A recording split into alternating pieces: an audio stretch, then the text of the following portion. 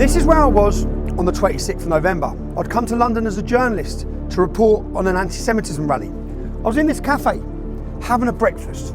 When I left, I was confronted by the police, I was arrested, I was violently attacked, and I was pepper sprayed. I had committed no crime. As we begin, I want you to ask yourself some questions. Do we have freedom of the press? Do we have freedom of assembly?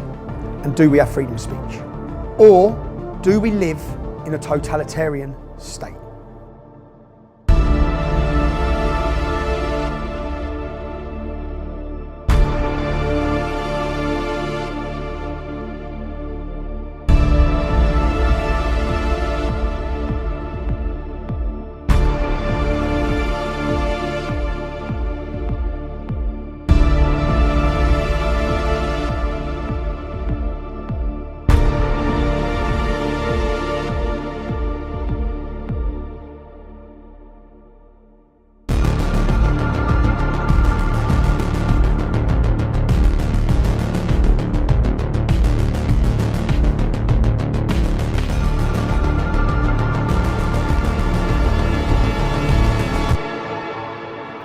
This was going to be a film about two-tier policing. Two-tier policing where the police treat some people brutally and others, Black Lives Matter, Extinction Rebellion, Just Stop Oil, those destroying British monuments and history, Hamas supporters, well, for those, they failed to apply the law at all. But as I thought about what was going on, I kept coming back to the question, why? Why are the police behaving like this? And a second question, what else is going on in our nation that might explain it? The closer I looked, it became very clear that there were many other things going on, which taken together look almightily similar to the strategies used by totalitarian states like Russia, China, North Korea and Saudi Arabia. If we're not quite there already, I believe we're drifting perilously close to becoming a totalitarian state. Now what does that mean? A totalitarian state is one where the state decides which ideas are correct. It uses its power to impose an official ideology. Dissent is treated as resistance. Institutions like the civil service, judiciary, police and free press are facades for the exercise of state power. Media, academia, organised religion, the justice system, banking and finance are used to retain power. Power is concentrated with an elite. Social traditions and culture are swept away by the new ideology. The social fabric of society is weakened as a result. Participation in an approved ideology is encouraged and then required. Individualism, true diversity of thought and freedom are replaced by mass conformity to beliefs and behaviours sanctioned by the state. A totalitarian state relies on force to suppress all opposition. And in the end, as seen in countries mentioned, Russia, China, North Korea, Saudi Arabia, eventually large-scale violence and assassination become permissible to achieve their goals. Now, if you think that's nonsense, and if you think it only applies to me, you need to keep watching.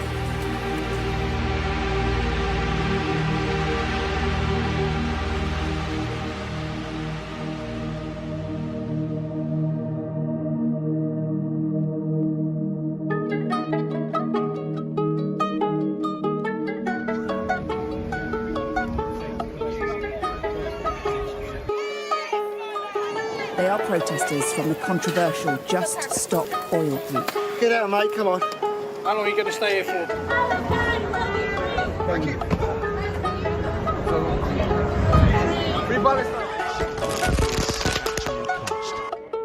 Wow, children! This is what you get when you're a football fan. And yet when they march down with hundreds of Palestinian flags, you won't say a word. If you stay, you're going to get arrested. Following us! You're following us! You are quite openly Why, when it's us, they ask the To police? establish what you're doing or what you're up to. Two-tier policing! Yeah. Two-tier policing!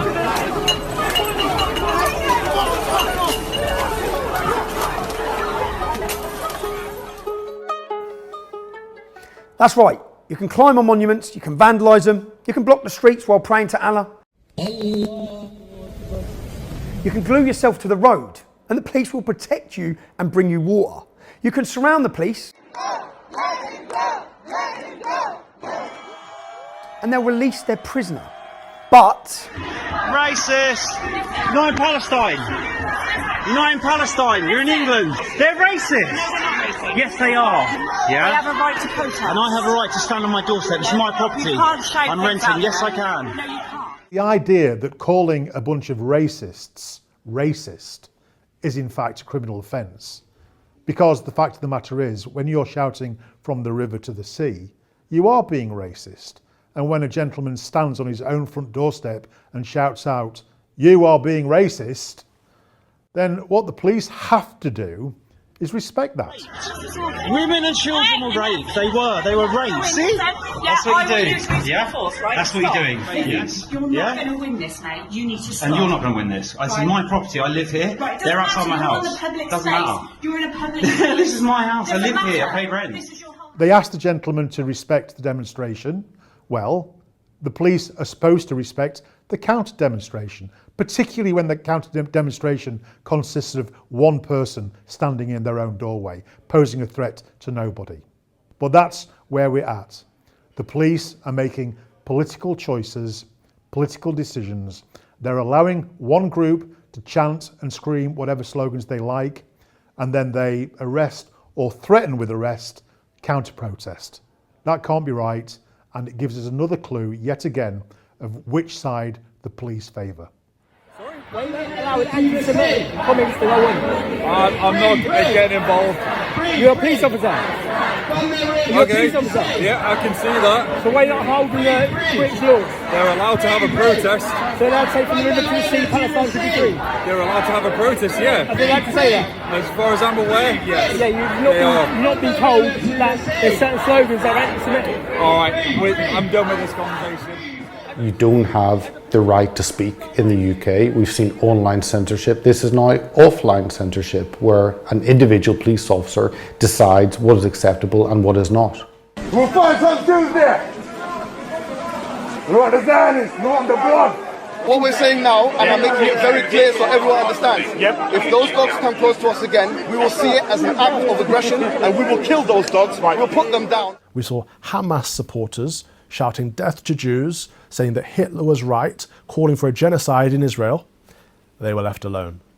The mainstream media deemed it a peaceful protest. The police didn't touch them. Thousands of people take to the streets following the massacre of Jewish people, the single largest loss of Jewish life since the Holocaust, chanting for the erasure of Israel from the map. To my mind, there's only one way to describe those marches. They are hate marches. You cannot wave the Union Jack. Arresting an Englishman for flying a Union Jack when there's people here literally tacitly supporting the October 7th. You cannot preach the Christian gospel. If you make members of the public harassment, alarm, distress, it's a criminal offence. I'm aware of that. Yeah, so that's what we're not really doing that. What we're doing is about preaching our religion. You asked me what I've been preaching, so we've been preaching about the gospel of Jesus Christ. And closer to home for me, you cannot work as a journalist if the government doesn't like your views or your reporting.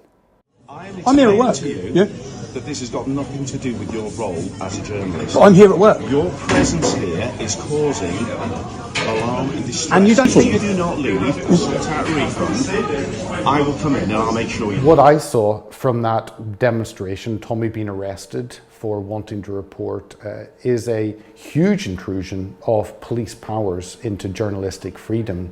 He was pepper sprayed, arrested with 30 police officers, a overreach of their power on a single individual journalist that simply wanted to tell a story. You only have to look at the way Tommy was treated by the police and see how different it is from the treatment that gets given to jihadis or Islamists or extremists or people who actually want to hurt our country. You want to hurt our country, hurt England, my home, you get treated with kid gloves. You want to stand up for our country, stand up for our culture, and you get battered to within an inch of your life, you get pepper sprayed in the face, and you get treated like you're scum. I think what happened with Tommy was very scary for your average Brit, to see someone turn up quietly having their breakfast and the overwhelming police response to that, then to be cuffed and to be maced in the face, I think is a sign of a fearful police force. You know, if they're going to do it to him and these figures that stand in front of people and stand for people, then they will do it to you. I think that there's a particular paradigm in place that renders some people on the inside and some people on the outside, and our lad Tommy is of course on the outside, and so he will get treated in ways that other people who may be equally or more divisive won't be treated, ever. I went down to the Cenotaph on Remembrance Sunday to pray for our fallen, to pray for the servicemen who have died for our freedoms, to protect these so-called liberties, and I was cast as far right, along with people like Tommy Robinson, who were also down there. So what does that tell us? Well, the police came and they kettled us, they cordoned us off, and the mainstream media painted us as far right. So the media, the police, and the government are against certain demographics, and the other demographics get away with whatever the heck they're like. England didn't want the Jews. England didn't want Jewish people in their country. What are you guys up to? We're just putting up flags. Putting up flags. We encounter police more or less every single time. As we tell them, we're putting up the flags in solidarity with the Palestinian people. Let's think about flags and emblems for a minute. It seems absolutely fine if you want to walk down the street carrying a banner that says Free Palestine. But if you're raising and following and flying and celebrating a St. George's Cross, for instance, then even though it may be entirely legal, the police see you as being on the wrong side of history. They see you as being on the racist side of history. Again, that's so disrespectful of us as a nation. For the moment, anything racist or even close to racism is said. Let me finish.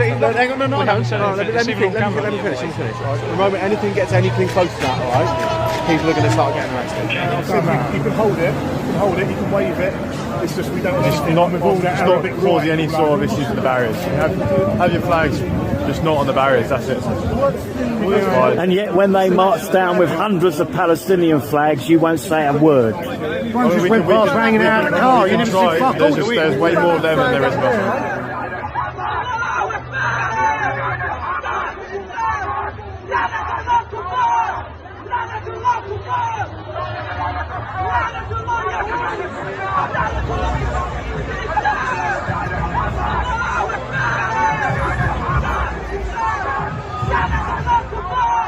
That's right. They tell you the ISIS flag isn't the ISIS flag. The solution is jihad by the armies of the Muslim countries.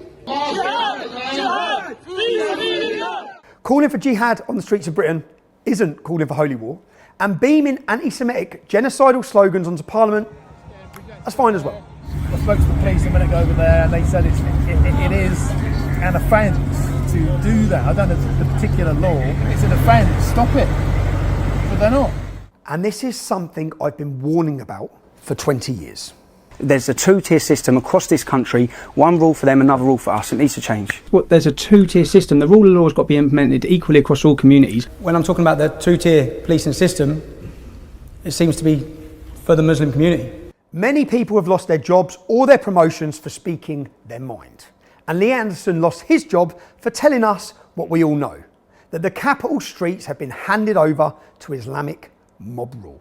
I don't actually believe that these Islamists have got control of our country, but what I do believe is they've got control of Khan and they've got control of London. And again, this stems with Khan. He's actually given our capital city away to his mates. Beware. Because if you let Labour in through the back door, expect more of this and expect our cities to be taken over by these lunatics. We have allowed our streets to be dominated by Islamist extremists and British Jews and others to be too intimidated to walk through central London week after week. And now we're allowing Islamist extremists to intimidate British members of Parliament. This is wrong. It has to stop. Would my right honourable friend organise a debate on extremism and how we tackle this challenge, which is one of the central issues facing our generation? Again, this is nothing new. In 2011, an imam from the East London Mosque told the Metropolitan Police I was not allowed to march through Tower Hamlets on a charity walk for a dying child. The night before the walk, Scotland Yard warned me as I was not to enter Tower Hamlets. I went, I was assaulted on the border of Tower Hamlets in front of the police. The violent mob. Shouldn't you be dealing with the violent mob? Not people expressing your how far the white's not yet right. Just like you want to just fucking get out of it. What are you doing? Get back. Arrest him for assault. Arrest him for assault. Arrest him for assault. Arrest him for assault. Arrest him for assault. Arrest him for assault. That's all on camera, so arrest him for assault. How come he hasn't been handcuffed? How come he hasn't been handcuffed? How come he hasn't been handcuffed? Why have you got your hands on us? Because I am going to be arresting you. You're going to arrest me? You're going to arrest us for doing a charity walk? I need to explain why. So now we're getting arrested. Actually, look what happened. The two police stepped back, two unidentified men, probably undercover police, step in and assault me. I didn't react, but I was arrested. I was sent to trial. I was given bail conditions that banned me from entering the borough of Tower Hamlets for 9 months. No evidence. It was kicked out. It's lawfare. You see, in a totalitarian state, the police operate outside the constraints of the law. Their actions are purposely unpredictable to destabilise those of us, any of you, with the wrong kind of views. And they lie. They continuously lie.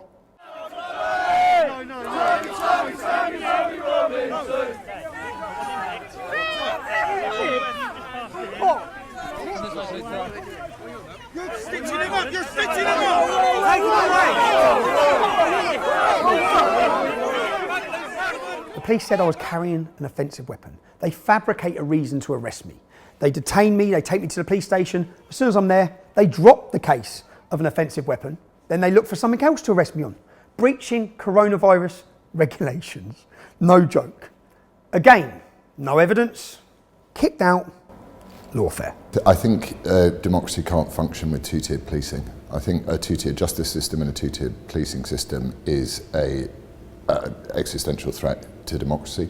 Once that trust's broken down, it's extremely corrosive for community relations and leads to a lot of resentment, and it diminishes the law in itself.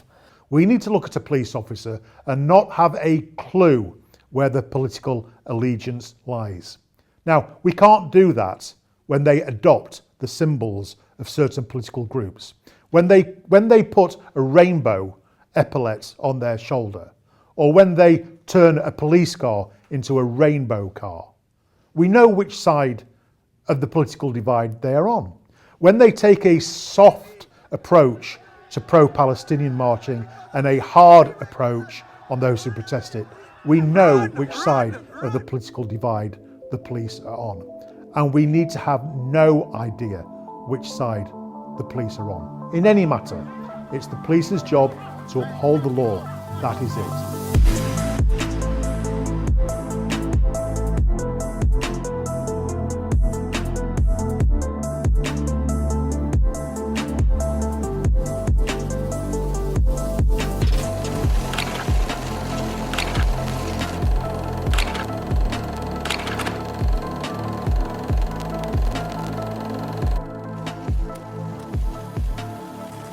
Another key feature of a totalitarian state is a politicised judiciary.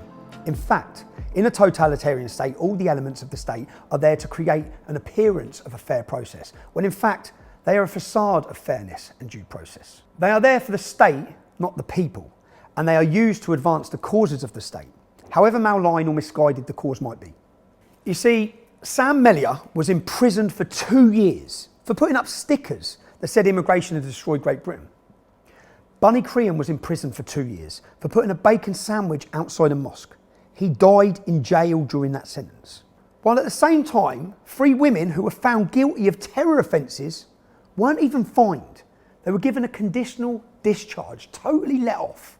A Muslim abuser, Adil Rashid, he was convicted of raping a 13-year-old child.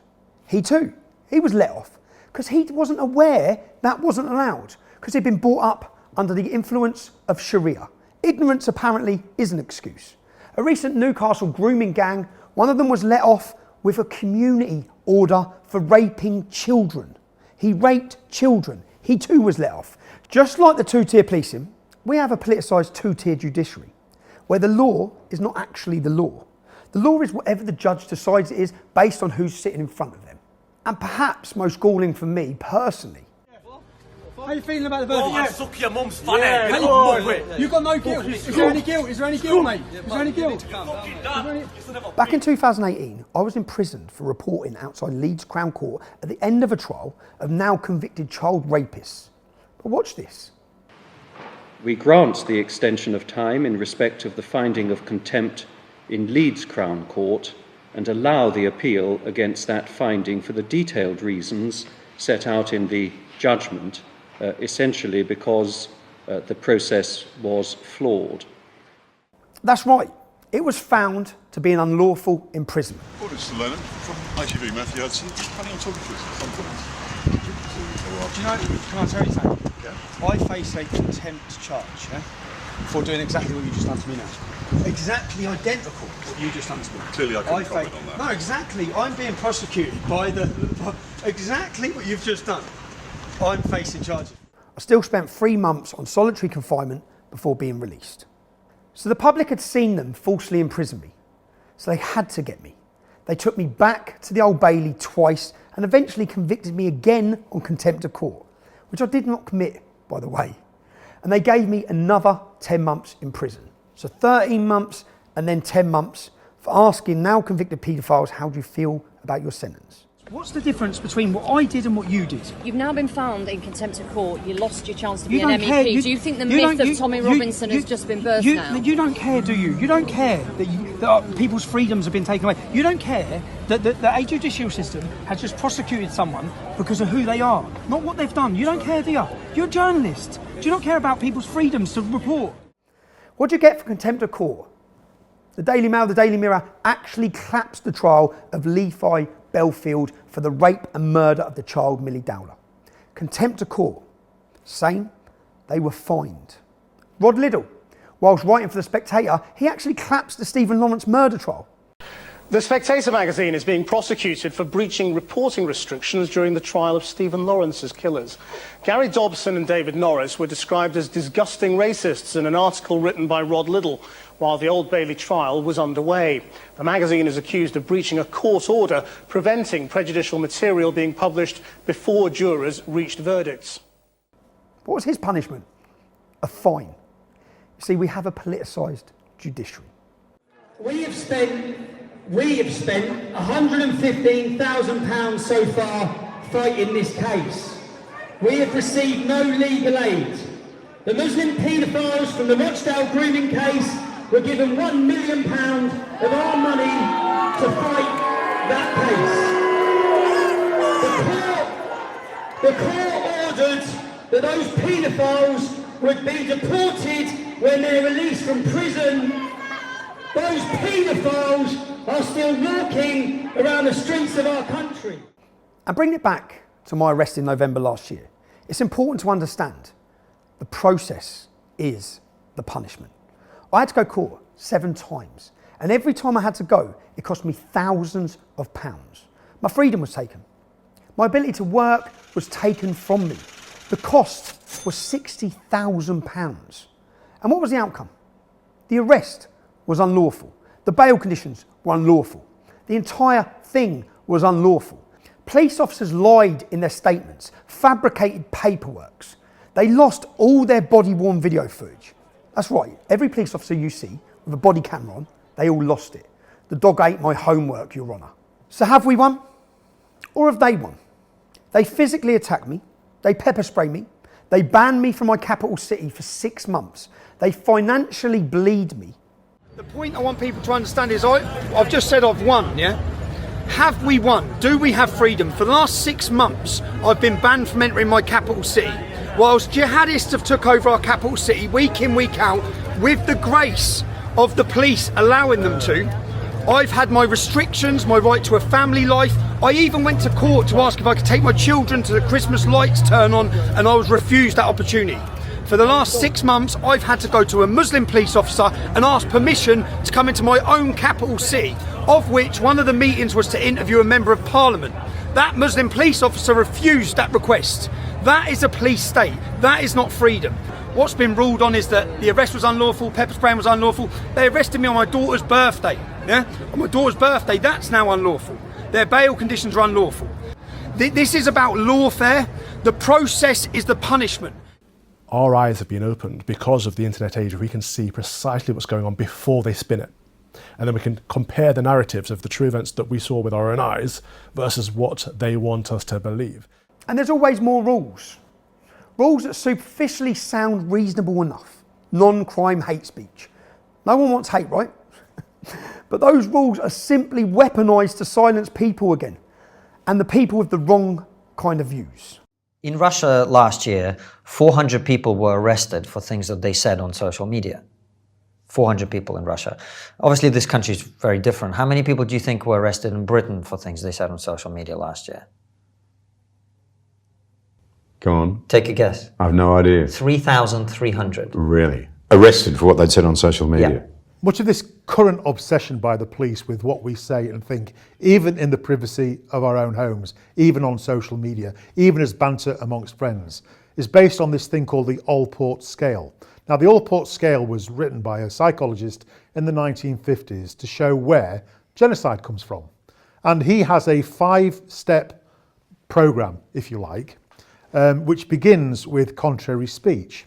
So if you, as I did, retweeted somebody else's limerick and the political content of that limerick was anti-trans, as it was when I retweeted somebody's limerick in 2019, the logic of the police is this, that is the first step on a 5-step program that ends in genocide.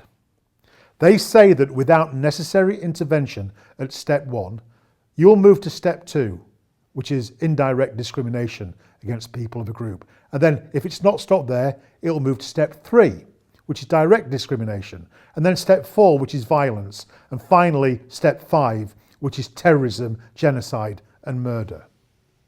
That's the police logic. And that's why they are so obsessed by what you think and say, even in the privacy of your own home. Of course, they can justify their actions, silencing people, by telling us they are protecting due process or protecting us from misinformation.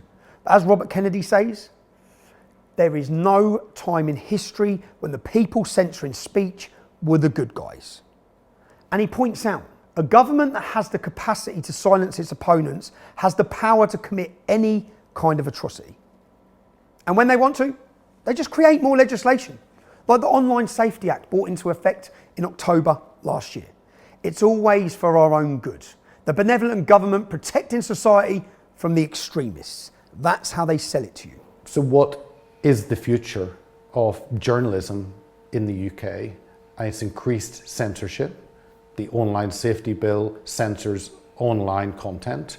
And with the police now being given free range to restrict any journalist at any moment, at any demonstration, I think this will curtail and stop the freedom of the press. But there are some problems here. The new online safety legislation, it can be weaponised by anyone. Literally anyone can claim they're alarmed or distressed and use the law to silence ideas they can't cope with. The drag queens, men who get sexually aroused by dressing up as a woman and reading to your primary school children. The Muslims who don't want Islam to be scrutinised by people who think Islam might not be such a great idea for Great Britain. Any woman who doesn't think a man can become a woman by just wishing it. And if you want to see how much distress you can cause Generation Z, by simply saying there's 2 genders. It's clear every new piece of legislation presented for your good, the good of the people, results in more power for the government and is then weaponised by the government and those who hate our nation and our values. It leaves each of us with less and less freedom. It should go without saying that this isn't an optimistic future, and if we continue going as we're going, independent voices will be snuffed out entirely.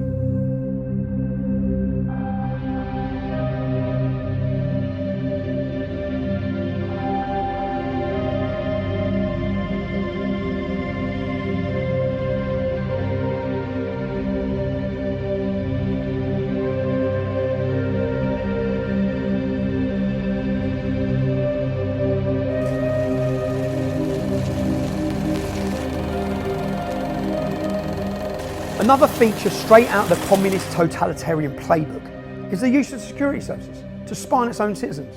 Russia's KGB, East Germany's Stasi, Romania's Securitate, they were all at it, spying on their own citizens on an industrial scale. And rather close to home, before Elon Musk rescued Twitter, the Twitter files revealed how the oxymoronically named Democratic Party had staffed it with FBI agents with the power to read the private messages of whoever they wanted. Now, a journalist working with Twitter claims the FBI paid the social network money and at the same time pressured Twitter about its content. Meanwhile, Elon Musk's newest Twitter file showing how cozy the relationship was between the FBI and Twitter right before he took over. Journalist Matt Taibbi's thread showing that there were more than 150 emails. The FBI asks to remove 3 accounts. That gets forwarded to Twitter. Twitter immediately suspends the accounts. But more importantly, when there's a glitch and the accounts remain up, the FBI immediately writes back and says, "What's the deal? We just wrote to you. Why is it still up?" And do not think the security services intrusion isn't happening here in Great Britain. What are you doing? Show me who's in the back of your car. There's no one in the back of the car. So what are you doing then? We're not here anything to do with you. What are you doing then? Well, what do you think we're doing? I think you're starting doing me. No. Who's yours work for? So what are you doing? And there is someone in the back. I know there's someone in the back. So what are you doing here? I don't know who you are. That's what I want you to tell me. Go on, tell me what you're doing. You tell me what you're doing then. Because essentially I've got threats against me. I know you. Yeah? So what are you doing here? If I turn it off, you can tell me what you're doing. We go in. Who's in the back of your car? No one's in the back. Who's in the back of your car? You're not going nowhere. You're not going nowhere. I'm not moving. Let me see who's in the back of your car. Tell me what you're doing in my house. I want to know what you're doing, bro. That's all I want to know is what you're doing. I've got police officers sat with recording in a recording van. In the back of this van is a recording station. I'm not standing. You're not going. No, because what you're doing. I know what you're doing. I know what you're doing. I know what you're doing.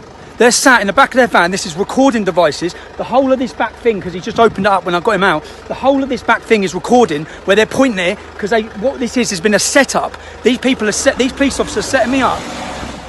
That was 2 men, one wearing a wig, from the security services outside my house in a van with false plates on and full of listening equipment. Not investigating a crime, but listening to see if they could find one. When did any of us vote for this level of state intrusion?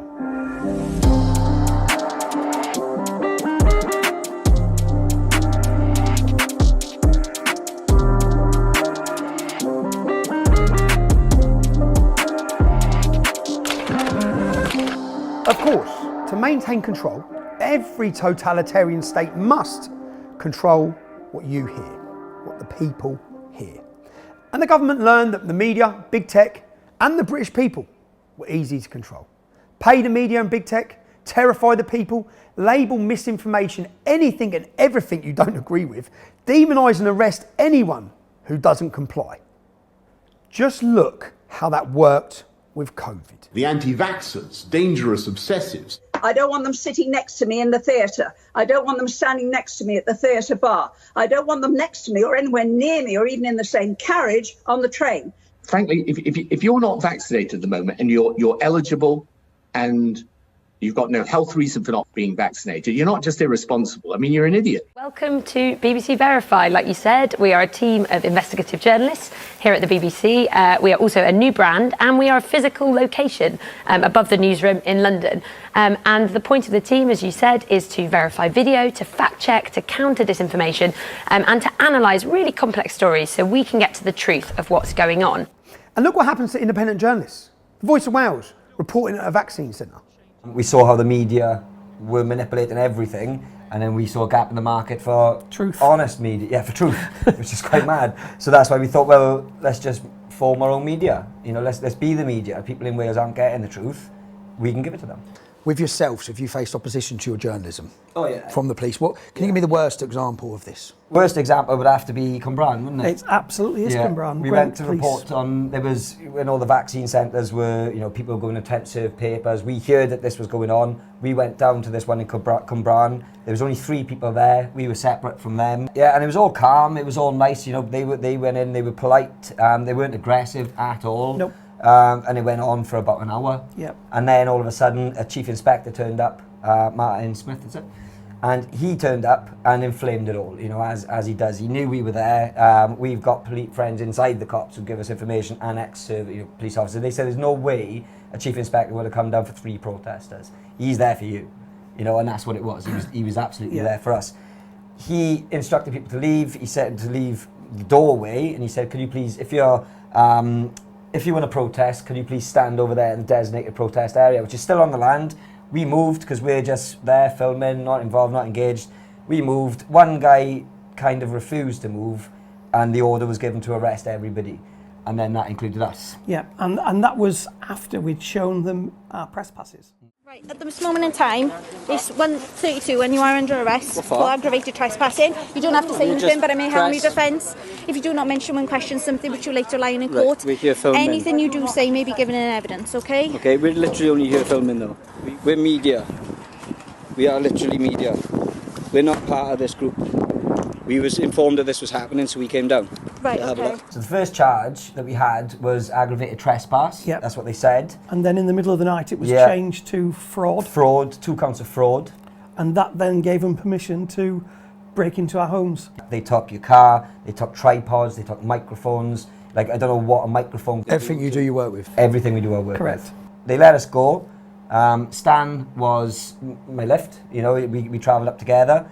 And I said, I'm just waiting for Stan. They said, no, you're not waiting for Stan. Your conditions are you're not allowed to be anywhere near Stan. So people understand you're a double act. Yeah. Your journalism is a double act. Yeah. Your shows are a double act. You go everywhere together. Yeah. So you are the show. Yeah. Yeah? Okay. And they've given you bail conditions. You're not allowed near each other. But then they said, right, okay, well, if you want to go for coffee and something with Stan, you can, but you can't do Voice of Wales. Which shows exactly what it was about. It was about your journalism. Yeah. It's got nothing to do with colluding. No. So we got to court. They wheeled in all the police officers, 3 sergeants and a chief inspector, and they basically all perjured themselves. They said that we were aggressive, we refused to leave the land. We were told numerous times to leave the land, which is what the trespass charge would have came from. When in fact, our argument was, well, no, we've got the footage, and the footage says if you would like to protest, please stand over there in a designated area. So we were invited to stay on the land. If you wish to protest, you can go and stand over there with my colleagues, okay? But the police officers all gave statements and evidence that lied. They totally lied. Yeah. If you didn't have that SIM card, as journalists, you've gone to report something, you'd be in jail. All you need to do is look at the treatment that people like yourself get, people like we get, for simply talking about true things that are happening. We don't make the news, we don't create these events and pretend that something's happening when it's not. We go and report what is actually happening. That looks just like Russia, China, North Korea, and Donald Tusk's anti-conservative antics in Poland. In December, we had an event with Andrew Bridgen MP and Carl Benjamin, and what better person to report on it but Tommy?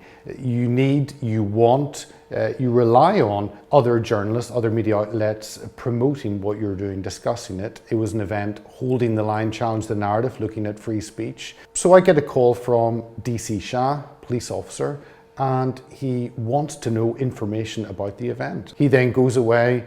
I then get a message from Tommy to say he's been blocked or banned or not allowed. And I understand later that he needs to ask permission from a single police officer whether he's allowed to enter London and report on events. So it seems as though this individual police officer has absolute power to restrict Tommy as a journalist reporting on any event in London, and that power in the hands of a single individual should concern all of us. This should be a warning to all reporters, not just in Great Britain, but across the Western world, because we do not have a freedom of press, never mind freedom of association. Look at what's happening in the United Kingdom. We've got this body, this regulatory body called Ofcom, who regulate broadcast media. They're being given new controls, new powers to regulate the internet as well. And it looks like they're an independent organisation, but of course they're not. They're an arm's length organisation of the government. They are controlled by the government, they are assigned by the government, therefore it is essentially the government who is regulating the media. Reporting across the Western world is fracturing very, very quickly, very, very suddenly. We've noticed that trust in the media is at an all-time low. The stats support that. All the legacy media of losing their income because they've not got the viewers, they haven't got the readers, because they're seen by the public now of not reporting the news properly, but that just makes them more dependent on the support they're getting from big business and government. I've actually seen quite clearly the different type of treatment when it comes to someone like me when I'm reporting and when they see someone like Chris Mason from BBC News. Even the facial expressions, even the way the body language changes is telling. The press, as we know, is very, very controlled. The mainstream media is hugely controlled. Journalists I've known for many years, and I won't name them, but I mean in Parliament they won't talk to me anymore, and when they do, they will admit privately that if they printed my views on issues, they'd lose their jobs immediately, and it certainly wouldn't get covered. So we're not getting a balanced view of world events. We're getting a very biased view. That smacks of actually a totalitarian control where the state decides who is the news broadcasters and what the news is.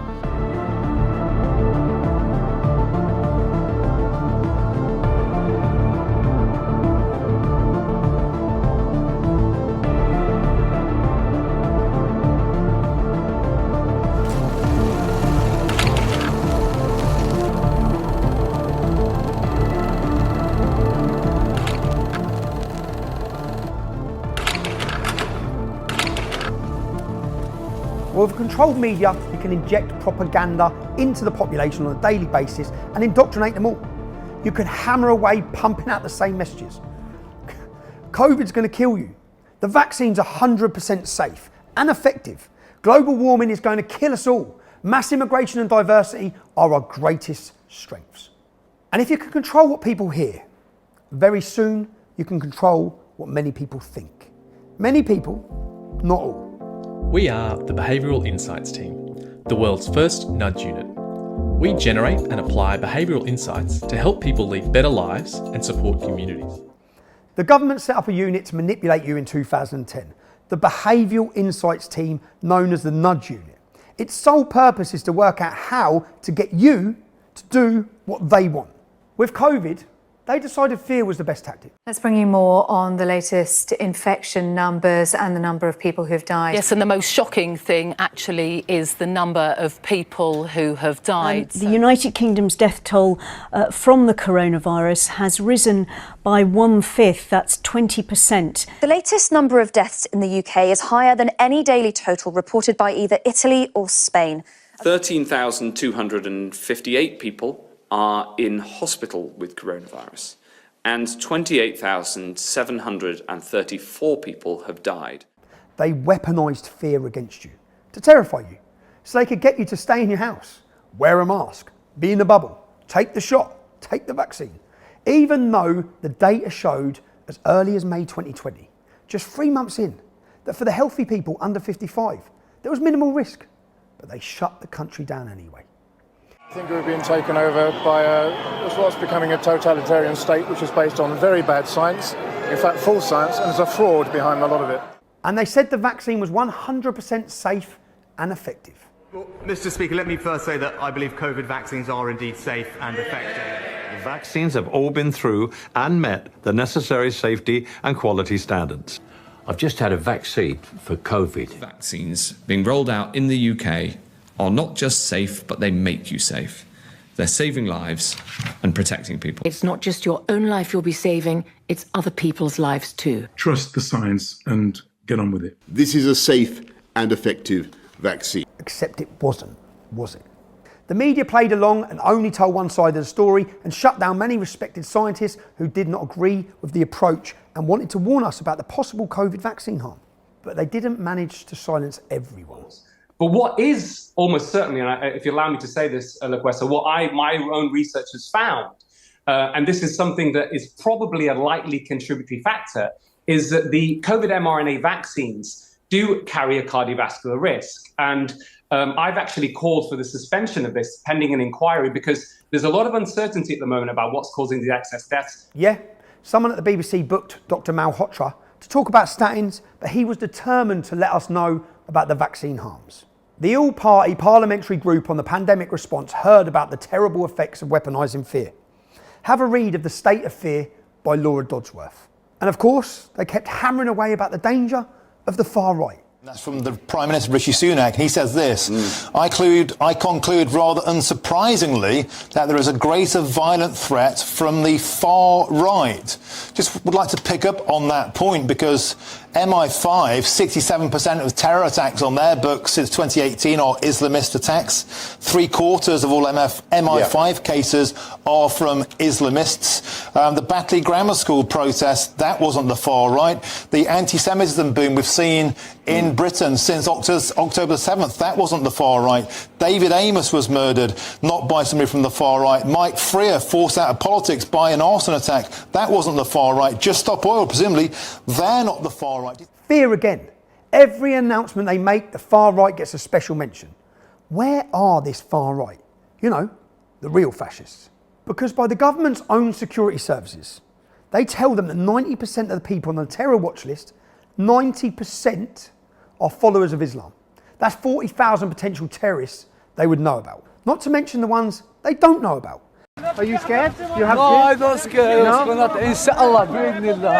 And all the undocumented illegal immigrants that they have no idea where they are because they've done a runner. The government has lost them. They have no idea how many of them are criminals, terrorists. We never hear about that. In 1943, the following directive was issued from party headquarters to all communists in the United States. It read, when certain obstructionists become too irritating, label them after suitable build-ups as fascist or Nazi or anti-Semitic, and use the prestige of anti-fascist and tolerance organizations to discredit them. In the public mind, constantly associate those who oppose us with those names which already have a bad smell. The association will, after enough repetition, become fact in the public mind. That's right. These tactics are nothing new. Of course, our leaders are frightened and clueless. They don't know what to do about the real threat of Islam. We believe that life begins at death. We don't care about death. We love death. And they don't know what to do about the threat of left-wing extremist ideologies. Well, some of them don't know what to do, and there's others elected that actually believe in these extremist destructive ideologies. And some of them want you to actually believe that taxing us more is really going to save the planet, regardless of what China and India are doing with fossil fuels. We've cut CO2 by 44% on 1990 levels in this country. Of course, not everyone is susceptible to this indoctrination. So more pressure is needed. If we continue down this path, we will enter a form of tyranny where certain views, certain opinions, certain people are deemed acceptable where others are not, based on what? It seems very arbitrary. That, to me, is terrifying.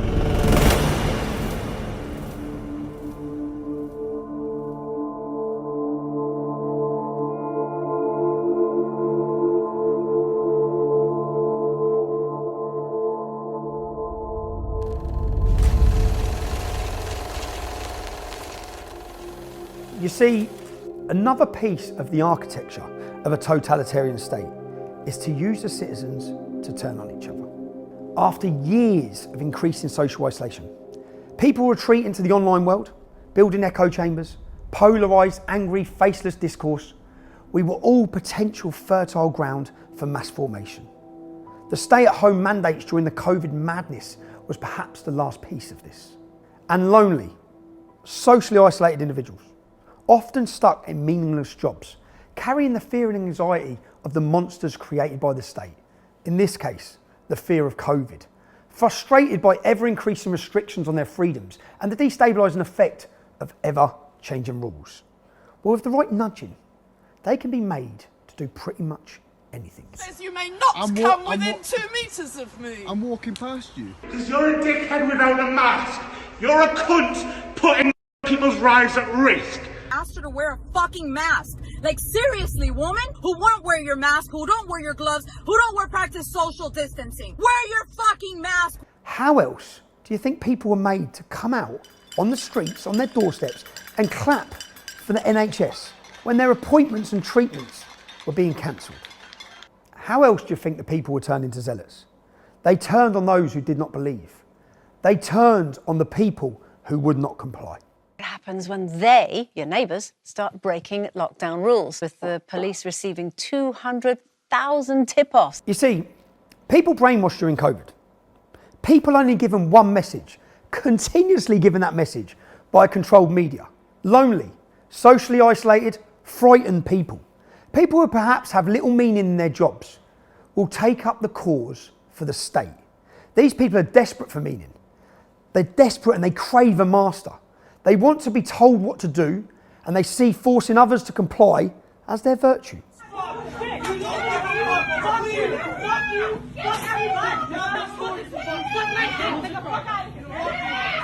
These zealots get a meaning from their righteous cause.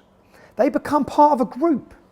The antidote to the social isolation and the loneliness. But here's the problem. Just as the state manipulates increasingly lonely, socially isolated, anxious and frustrated people, with social media, others can do that too.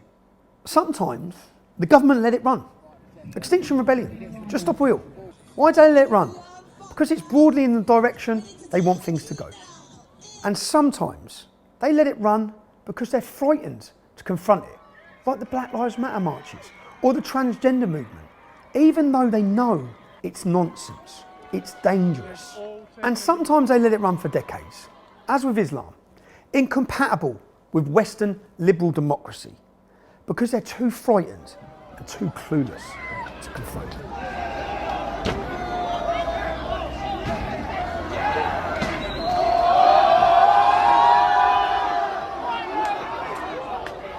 That window's gone. And now there's a fifth column, agitating on the streets, calling for jihad, calling for the extermination of Jews, and there are thousands and thousands who join these marches who have been manipulated in just the same way. So I just noticed the signs that you got from the river to the sea, Palestine will be free. What does that mean? Well, it's quite self-explanatory. It needs to be... Well, it's a little bit more complicated than that, isn't it? Because I guess what I mean is, how would that come about? What would happen to the Israelis, etc.? I don't. I'm trying to think of how to word it. Isn't it just as self-explanatory as the area of land? It's Palestine's land. What are you guys out here protesting for? No comment. Why are you guys out here today? Speak to the organizers. Why can't I wanted to ask you though. Do you know what NY is doing? About what? About Israel. Why are we protesting here? Palestine will be free! I wish I was more educated. I'm not either. Oh. Yeah. I don't think it would be a good idea if we... Why are you guys protesting? Just to be a part of the cause. And what's the cause? Yeah, I'm not the right person to talk to. So why are you guys protesting today? I don't want to talk to press, I'm sorry. They don't really want to talk. Why are you guys protesting here today? I don't want to do this, sorry. Do you know why you are protesting here today? Yes. And what is that reason? No comment. Build a new workers' party, a socialist alternative to Sunak and Starmer, for a socialist intifada. Yeah. What's a socialist intifada? If I'm being honest with you, I just got this at the stand over there. Okay. I don't actually know the definition of the word intifada. Okay. But, I mean... Do any of you know the definition of the word intifada? Stop bombing Gaza, that makes sense. What about that one? Yeah. And what does that mean? Well, it means that it's. I'm definitely not the person to talk to about this. The claimed cause is to stop a so-called genocide of Palestinians. They believe in the cause. They can't name the river or the sea, but they march anyway. They didn't march for the millions of Uyghur Muslims being persecuted by the Chinese, because no one else was. They didn't march for the Yemeni Muslims being bombed by the Saudis, because no one else was. And they didn't march for the hundreds of thousands of Syrian Muslims killed by Assad, because no one else was. But in this case, people are marching, so they march. The majority of them know nothing. I grew up in Israel. I moved here 27 years ago. I've been to explosions, I've been to the shit. None of those people got their info. I have no idea. It's the next cool thing to do. The average person, I think, at these protests is the kid that isn't cool or good looking enough to be invited to a house party. So because they're not invited to a house party, they make their own, which is out here, which is why what happens when they summon these people with a flyer, 10,000 of them show up. These are 10,000 people with nowhere else to be. They get to be part of a community. They find meaning where they had none. In their outrage and indignation, they get to feel good about themselves. There are many causes where this mass formation happens. Me Too, pro-abortion, so-called vaccines, free Palestine, transgenderism. Sometimes people jump on board because they believe in it. It gives them meaning and community and makes them feel better about themselves. Others, they jump on board out of fear of what may happen if they don't. And our so-called leaders, they're frightened to confront the threat of Islam. And they're too frightened to even talk or confront the threat of the far left. But don't worry, guys, don't worry. They've just changed the definition of extremism. That'll work, that'll beat it.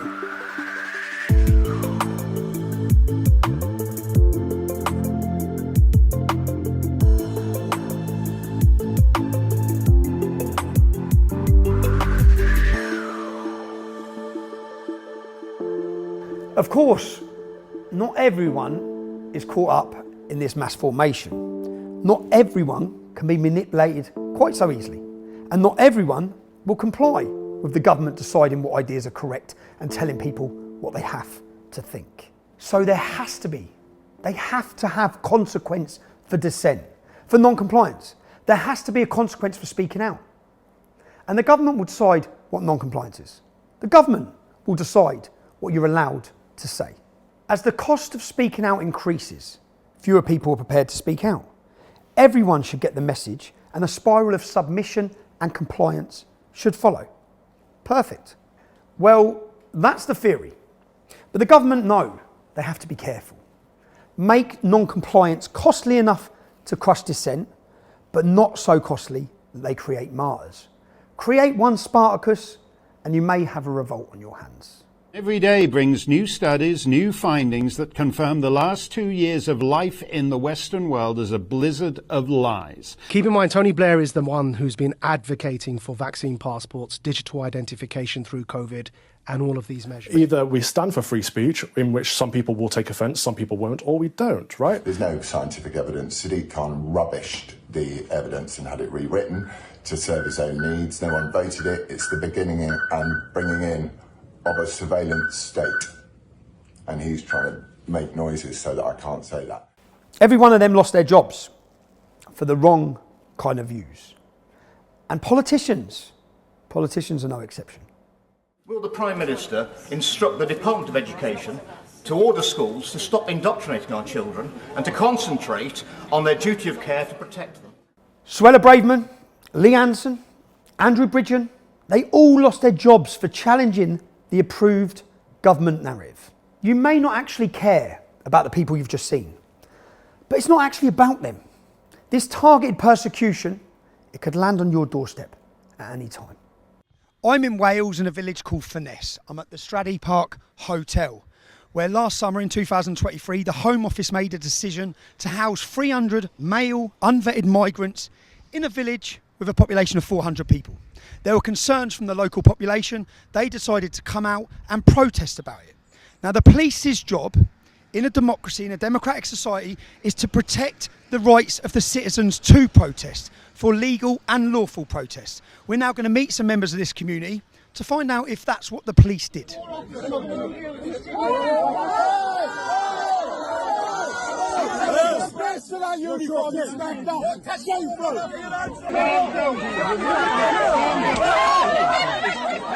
My name's Paul Price. I live in Llanelli in West Wales.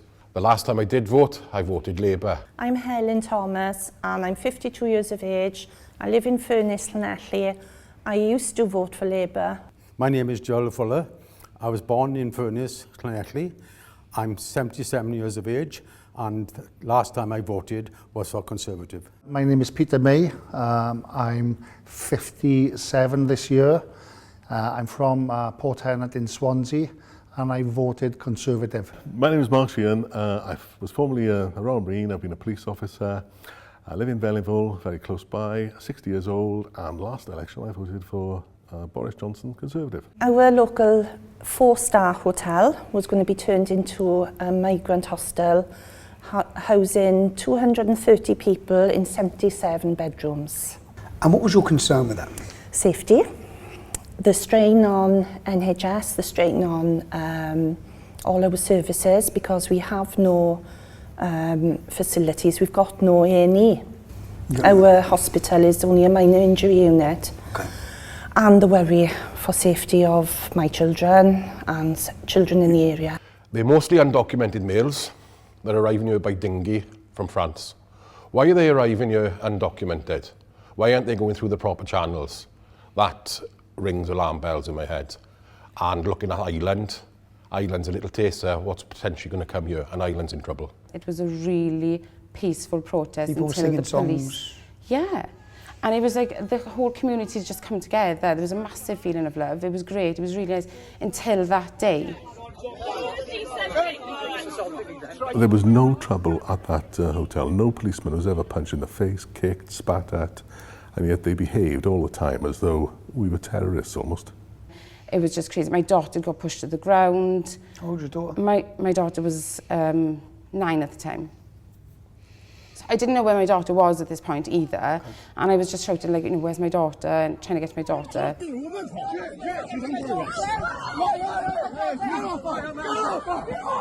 And it got to the point where they just literally battered me all over the road. I had handcuffs up my nose. He punched me with a left hook at the back of my head. There's footage of it. And your daughter's present? My 9-year-old daughter saw all of this. As an ex-police officer, what's the police's job when a protest is going on? Well, as the police keep on saying, to facilitate a peaceful protest. But really, they were there in this protest to crush the protest. Never been in trouble, lived your whole life. Now you've gone to a protest and here you are in the police cell. I still hear that echo of the cell door. Yeah, yeah. So you're 77 and you're under arrest. How's that? And also as well, they arrested me. 8 police came to my house to arrest me in a riot van. So you're at home at the time, so this is not at the demonstration. So you've been protesting and the police have come to your house to arrest you. Yeah. 8 police officers. Yeah.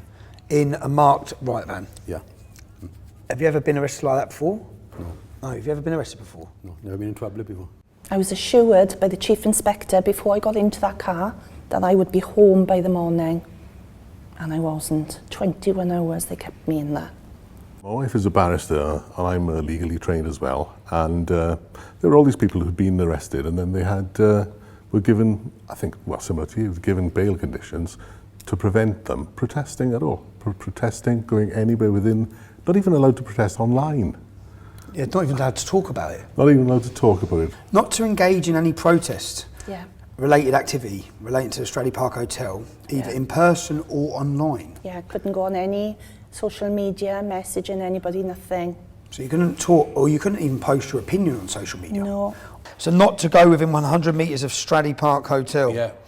Not to engage in any protest activities? Not to publish any information or data online? They took away your ability to even discuss this topic. How did the media report this? They put all the details about me being arrested, my name, my address, my age, but they've never once said everything was dropped. So they kept you under these conditions, which limited your ability to use the internet, or to talk about this issue, or to protest, or to walk your dogs down the end of your road. I had no freedom, did I? So you didn't do nothing wrong, you were convicted of nothing, you're actually proven that you shouldn't have been arrested, and your work sacked you. Yeah. Yeah. Somewhere you've been for 14 years. It's no longer a free country. It's not. The free speech is finished. I've lost all respect for the police. It makes me feel angry towards the police. You know, we are the general public, and if you are saying things that they don't like, they come for you. There's a political ideology in the policing that's totally different when I was there. It's opened my eyes, and I will never look back. I still would do it today. I would still go there and protest for my rights, for my children's rights, for my safety.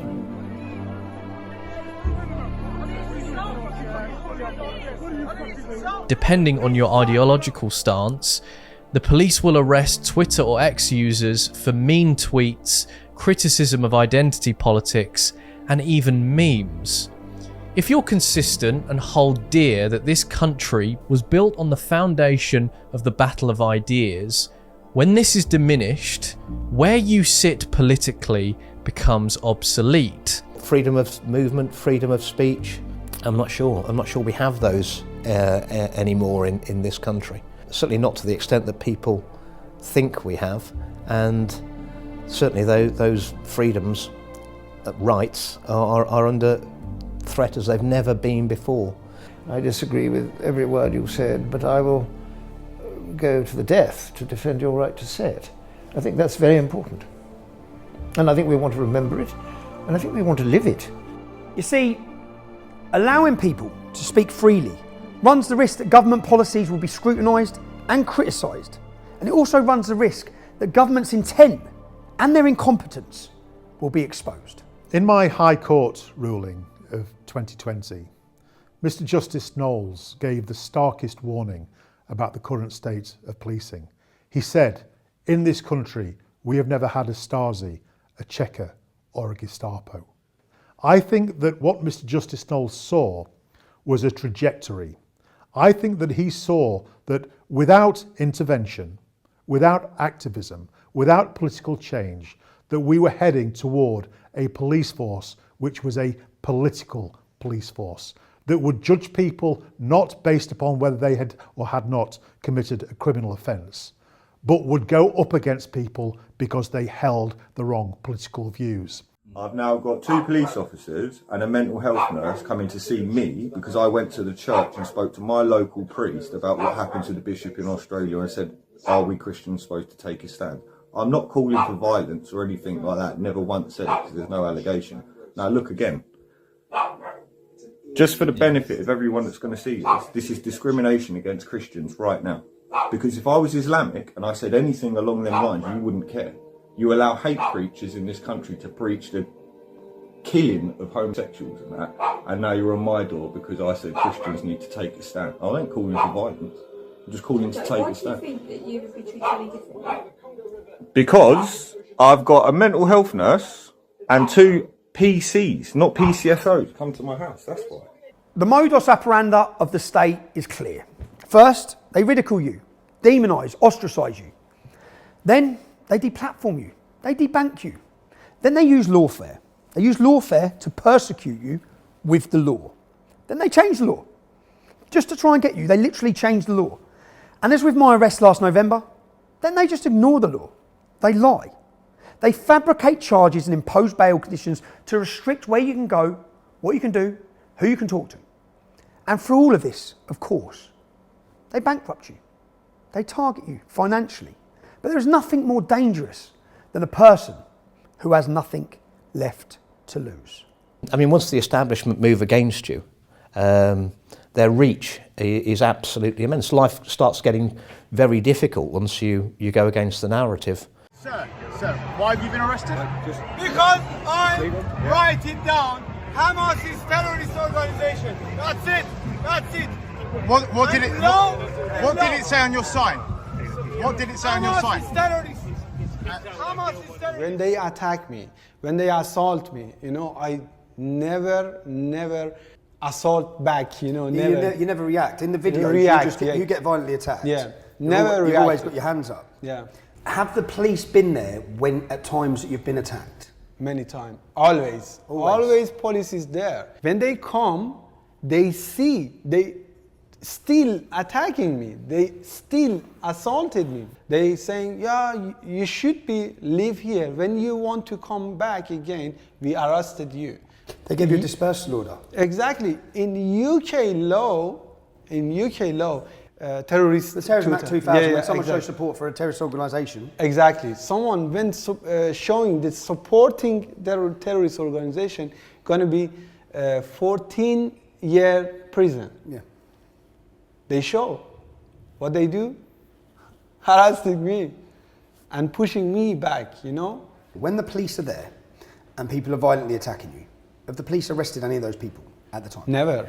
They never reacted them. In this video, 2 people are attacking you from the front. Your leg, yeah? Yeah. One of them has smashed you. Yeah. So you're standing there, and from behind, he's hit you with a weapon, yeah? Wood. From back. From behind. So from behind Yeah, your yeah. leg, and obviously, look, this is a serious cut. Your leg's been cut open.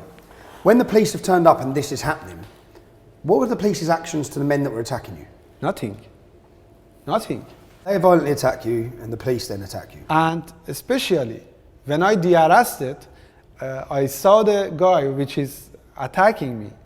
I told to police, the officer, I told him, he assaulted me. I saw him. Yeah. He assaulted me. And there's now evidence. He laughed. He laughed and go. They should be supporting law. They should be, enforcing law. Enforcing law, yeah. But they're not. They're not. Right now, the UK and British people and the British police officer, they know. They kill our free speech. Do you believe, with what you've experienced in Iran and what you're now seeing in London, do you believe there will be an attempted revolution? Too many Iranian people in Iran saying that. Saying it's the same. That's going to be happen when the British people are staying silent. Yeah, okay. And is this partly why you're speaking out? Exactly. It's my future. It's our future.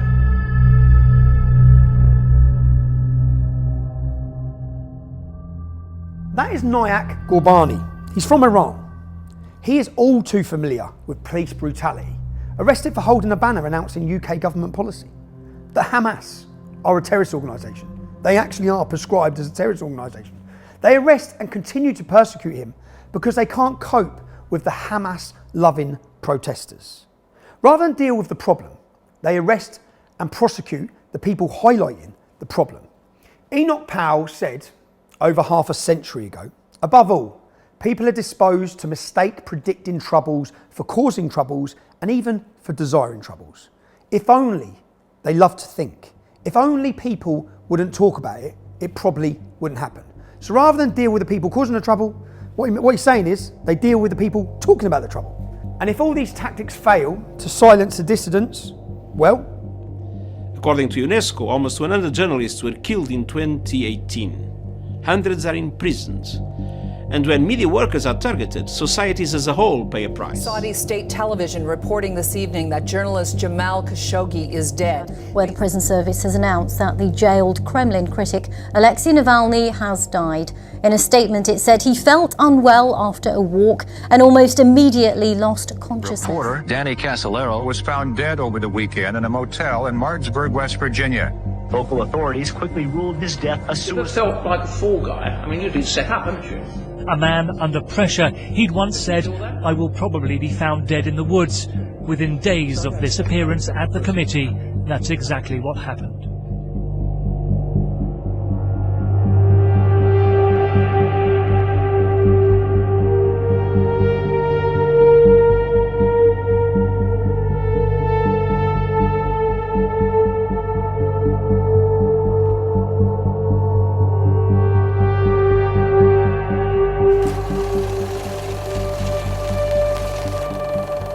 Now luckily, not every dissident gets assassinated, but we are all to be re-educated. A key part of a totalitarian state is the re-education of dissidents, those who will not submit and will not comply. You have to be sent to diversity training. You've been taught about your white privilege. You might have been given unconscious bias training to teach you about the prejudice you didn't even know you held. This online presenter-led training course is the perfect introduction to equality and diversity in the workplace for both employees and employers to help them work towards legal compliance. It covers the protected characteristics, the different types of discrimination, stereotyping, allyship, positive action, and it explores equality, diversity, equity, and inclusion. You all know, whether you're in education or work, you can't speak freely. And if you do speak freely, if you do voice the wrong views, you'll find out pretty quickly you've got a problem.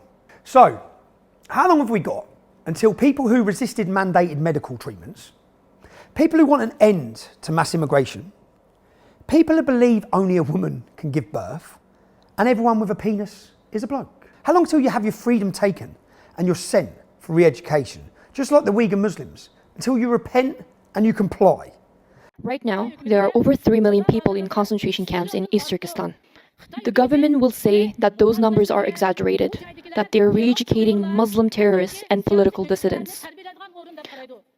But it is a lie. There are ideas that are right, and the state decides exactly what those ideas are.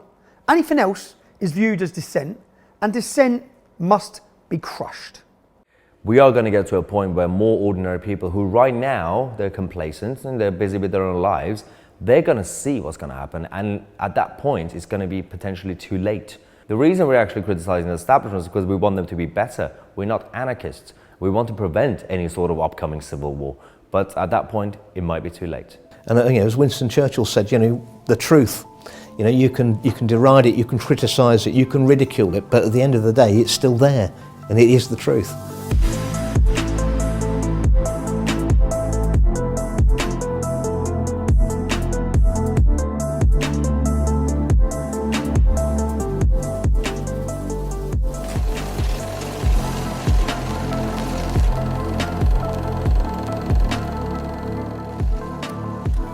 See, allowing people to express alternative views, that runs the risk of awakening the people to their failures, to their moral bankruptcy and the corruption of the government's policies, exposing the agendas of those who are supposed to be serving us, highlighting that the government's actions, they may not be in the best interests of freedom-loving citizens. They want control over every aspect of your life, where you go, how far you travel, what you eat, what you spend your money on, who you meet, what you say. You see, in a totalitarian state, scrutiny, it cannot be allowed. Agendas and corruptions are hidden. Accountability is dead. Failure's hidden. And there are so many failures. The failure of invading Iraq, which destabilised the entire Middle East. It radicalised a generation of Muslims and unleashed 20 years of Islamic-inspired mayhem across the world. The failure to stop illegal immigration and its disastrous effects on our society. The failure to reduce legal migration. Actually, it's worse than failure. For decades, successive governments have implemented ideology-driven policies that drive massive immigration without a clue or a care about the impact on our society and our culture. The UK population grew by 750,000 in 2023 alone. Their failure with COVID. They shut down the country. They took away our rights and our freedoms. They flirted with compelling medical treatment, destroyed businesses and lives, and told themselves they were fabulous at the same time, patted themselves on the back for these failures. The truth, of course, they caused the inflation we suffer by printing money, continually printing money. And don't ask questions about excess deaths, miscarriages, stillbirths, cancers, heart disease, and vaccine efficacy and safety. The failure to reject net zero, the Marxist anti-capitalist dogma that will drive millions into poverty and hardship. They embrace unilateral economic disarmament. They can't stop the tide, they can't stop an earthquake, a hurricane, or even a strong breeze. And yet they want us to believe if they tax us more, they'll be able to stop the climate from changing. And just like with COVID, the fools that lead us, they say they're following the science. They say they're following the science in order to shut down the voices of esteemed scientists who cry out that climate change is nonsense. You just follow the money on that one. The failure to reject gender ideology. This really should be easy for them. But the fools that lead us struggle to say what a woman is, and as a result, the destructive forces seeking to dismantle reality and society run rampant. Thousands of British children are told there are more than two genders, and boys can be girls, and girls can be boys. Let's be clear, there aren't and they can't.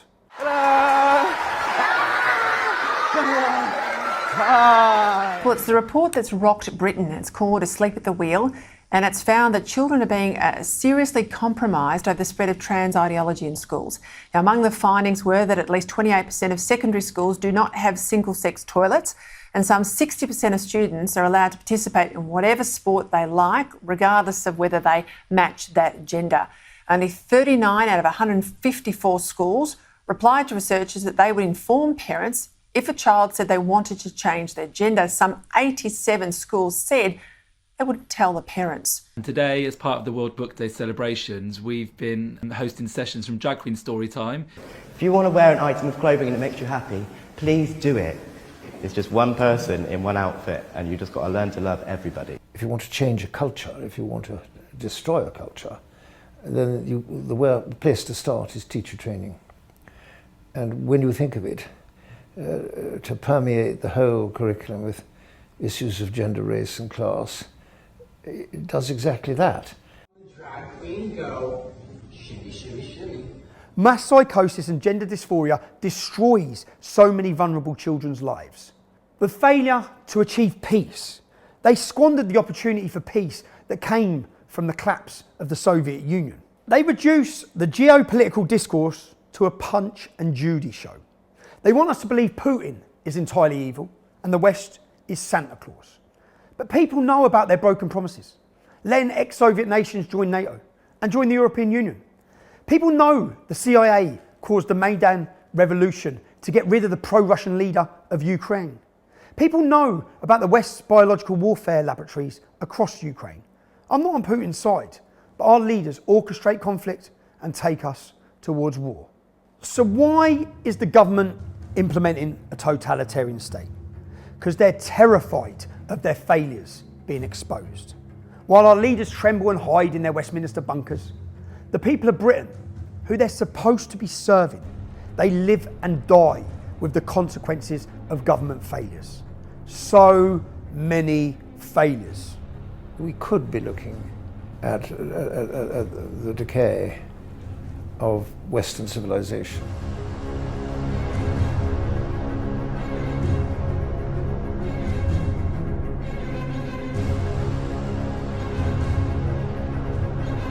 So, to the leaders of our nation, the people elected to serve us, the people, your lust for power and your moral cowardice created this mess. Without pride or confidence in our nation, you cower in fear and you facilitate every ideology that comes along. You took the knee to the Marxists of Black Lives Matter. You embraced immorality of the transgender movement. You watch as men dressed as women read to primary school children and pump sexualised material into their little minds. You drank the Kool-Aid on climate change when Nobel Prize winning scientists say it's bullshit. And you cower like cowards before Islam. These ideologies seek to tear down our society, our culture and our heritage. You are paralysed with fear, or you join them out of the fear of what might happen if you don't. What have you done to foster equality under the law, democracy and liberty? What have you done to protect our precious cultural inheritance of which you are the custodians? What have you done to protect our borders? What have you done to protect our daughters from 50 years of rape and torture at the hands of Islamic gangs? What have you done to defend the sovereignty of the United Kingdom against malign influence of undemocratic, unaccountable bodies like the European Union, United Nations, the World Health Organization and the World Economic Forum? What have you done to protect the rights of those who actually oppose you? What have you done to stand with the people of Britain for common sense? What have you done for our economy? You set fire to the house, now you want credit for trying to put out that fire. What have you done to educate our children? You've poisoned their minds with evil nonsense. You have done nothing at all. In your lust for power, you seek to take our freedoms. And in your moral cowardice, you failed to speak out and stand against the evil ideologies that want to wreak havoc on our beautiful country. You underestimate the human spirit. We are a free people. You cannot take that freedom away. We will fight you to preserve it, and our love for freedom will always conquer your lust for power. Your tyranny will fail. And as for the rest of us, the people of Great Britain, we are perilously close to becoming a totalitarian state. We already have two-tier policing, a politicised judiciary and controlled media. They take money to push narratives. Resistance to the narrative is costly, and the more costly it becomes, the fewer people will speak out. And despite the appearance of a liberal society, Our democracies, our cultural inheritance, our real equality and democracy, and our liberty, they are crumbling before our eyes. If Western governments learned anything in recent years, they've learned that fear is an effective tool of control. And many people appear willing to give up their freedoms for a promise of safety, or even just a little extra convenience. And by the way, the totalitarian state will try and displace all previous traditions, and it will try to redefine reality itself. This totalitarianism demands we all embrace a set of so-called progressive beliefs, which are in fact incompatible with reality. Let's just take one example, that there's a massive threat from the so-called far right, when the reality is 90% of the people on the terrorist watch list are followers of Islam. Or mass immigration and multiculturalism is a great idea. Or there's over 100 genders because we say there are. And what will come next? Sex with little children is just another form of sexual expression? It will not be long before denouncing paedophilia is demonised, as was the Marxist-Leninist dogma of the early 20th century. Lonely, hopeless, angry people who have given up on our leaders, and who can blame them? And desperate for a purpose, a promise of something better, a place to belong. They are desperate, if you like, for a new religion. Today, the new religion may appeal to people's desire for a just society, a society that liberates victims of historical oppression. It may appeal to people's fear of global warming, their desire to save the planet for humanity. The pretext is always altruistic, care and concern. But the reality requires demonising individuals who dissent and persecuting out-of-favour groups. In reality, concern for the oppressed or for humanity is lost under a wave of hate for tradition and anyone who challenges the so-called progressive dogma of the day. And the state uses manufactured crisis and the threat of chaos to implement new measures and take away more of your freedoms. Again, it's for your own good. There has been no violent revolution, but the revolution has occurred. It is complete. Hate-filled progressive groups and ideas have infiltrated our schools and our universities. Their graduates have entered the corporate world and the public sector. They run the media. You may think you have the right views, but if we are to learn anything from Alexander Solzhenitsyn, there is no way of knowing what charges will be brought against you. No one knows what's happening tomorrow. There is a permanent and ever-shifting inquisition. So watch out. We can expect the battle for our society, for our cultural inheritance, to get worse before it gets better, because tyrants do not want to give up their power easily. But as with the hard totalitarianism of communist Russia and China, which depended on people's fear of challenging their lies and unreality, so it is with the insanity of the world today. We must continue to speak the truth. More people must stand up and speak out. The stakes could not be higher. If we lose our freedom to speak, the freedom to think will become the next casualty. Scrutiny dies and tyranny reigns. Thank you.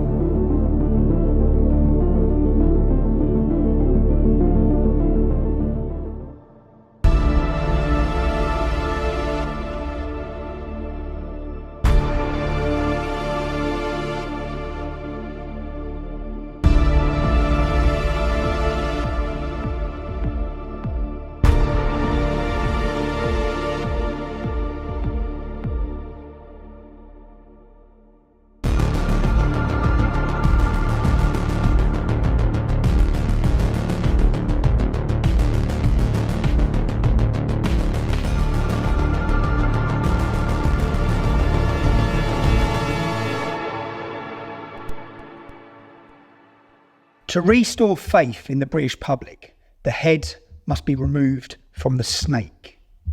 Let's start with getting the resignation of Mark Rowley.